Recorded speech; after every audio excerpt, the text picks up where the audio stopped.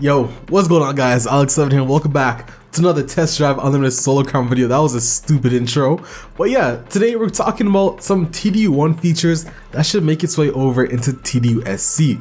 So without further ado, let's get straight into this video right about now. Okay, so first off, Test Drive Unlimited Solo Crown is first and foremost a Test Drive Unlimited game. And if you guys understood that little, if you guys actually understood that little phrase I just said, hey, points to you, just comment it down below the like button, and yeah, huge points to you. But as I was saying, obviously Test Drive Unlimited games have a Test Drive Unlimited DNA, and a lot of this core DNA from the TDU games should make its way across into TDU SC. I'm sure Kiloton and Alan Janu know that. So let's talk about some of the features I would love to see, the first one being the pain booth. Now obviously key to its DNA in TDU2, it was present obviously, however I like the design better in Test Drive Unlimited 1, simply because when you go to bring your $5 million hypercar to get repainted, you don't bring it to the one that looks like TDU2.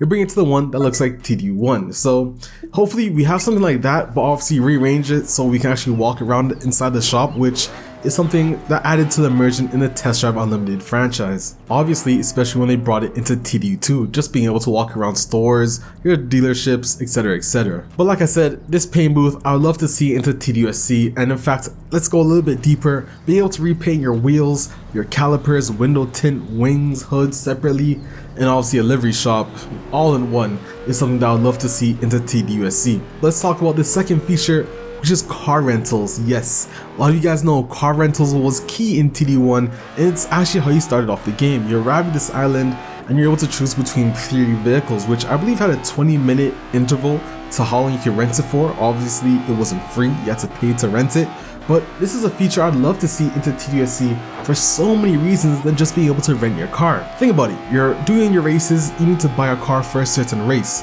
Hey, why wouldn't I just rent this one car for this one race and save some money, since I don't want to buy a car in this class, I don't like this class?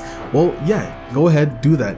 Choose your certain time frames, say if you're gonna rent it for 10 minutes, 20 minutes, half an hour even, I'm not really sure, it all depends on the game's economy, but be able to rent this vehicle, do your races, and then you're done. You don't even need to worry about it. It's basically just a lease. But obviously we shouldn't be able to rent every car in the game. This isn't Forza Horizon 5.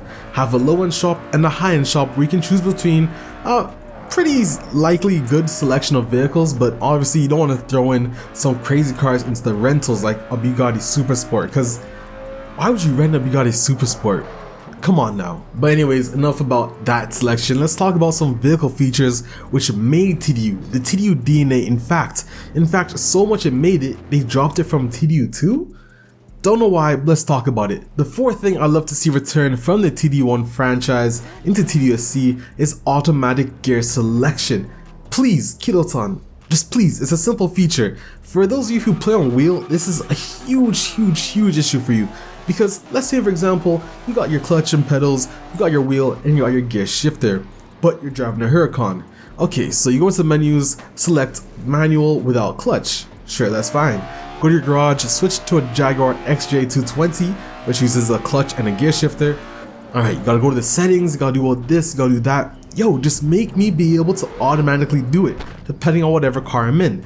If I'm in, say for example, the XJ220, I'll come on my garage, automatically it switches to my gear shifter and my clutch pedals. But hey, that's not it.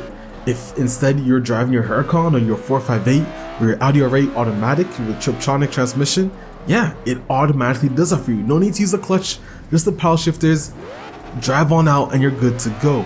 This is such a very good feature, but very small, but it adds to the immersion and just makes your life so much more easier. Bro, I'm tired of going through the menus whenever I switch vehicles in any game. Forza Horizon 5, Crew 2, I'm tired of it, bro. Just let me be able to use what vehicle has the same transmission. I mean, why would I not switch it anyways? If you're using your gear shifter and your clutch pedal in a Huracan, listen bro, we're gonna have some words because there's an issue with that. Okay, but now let's talk about the fifth feature I love to see return from TDU1 into TDU SC, and that's the manual engine start. Pretty simple, but immersion, yes. Very helpful, yes. Honestly, if you love immersion, yes, it is helpful. I don't know where I'm going with this finger numbering, but hey, listen, it's a good feature and it should make it in. It just adds to the immersion. You're driving around with your friends, pull over to the gas station, instead of stalling your car like an idiot, just press the button and your car's off. press the button again, your car's on.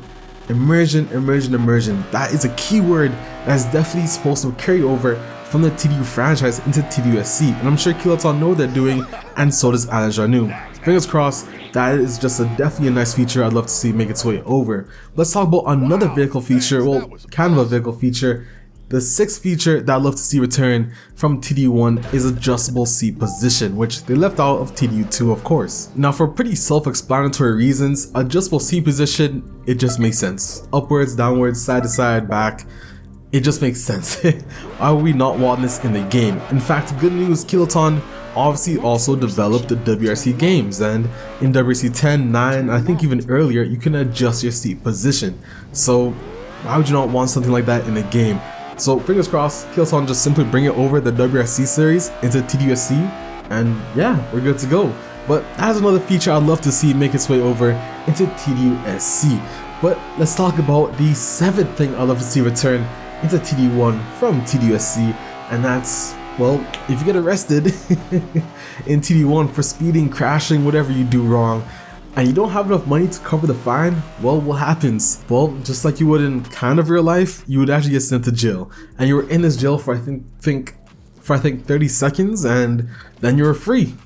I mean, hey, immersion is a useless feature to some people. Yeah, why would you want something like that in a racing game? Well, hey, immersion just adds to the funness. Why would you not want something like that in the game? But yeah, that's another feature I'd love to see make its way over from TDU1 into TDU SC. Now, if I did miss anything, let me know down below the like button in the comment section what you guys think, and I'll definitely comment to you guys or reply to you guys, because there's definitely so many other features in TDU1 that should make its way over into TDU SC. I mean, hey, it's just the TDU DNA way.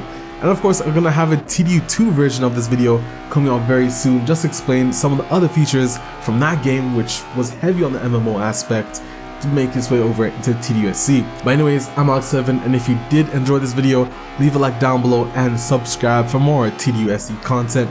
You know what it is, I'm Alex7, and I'll see you guys in another video. I'm out. Peace.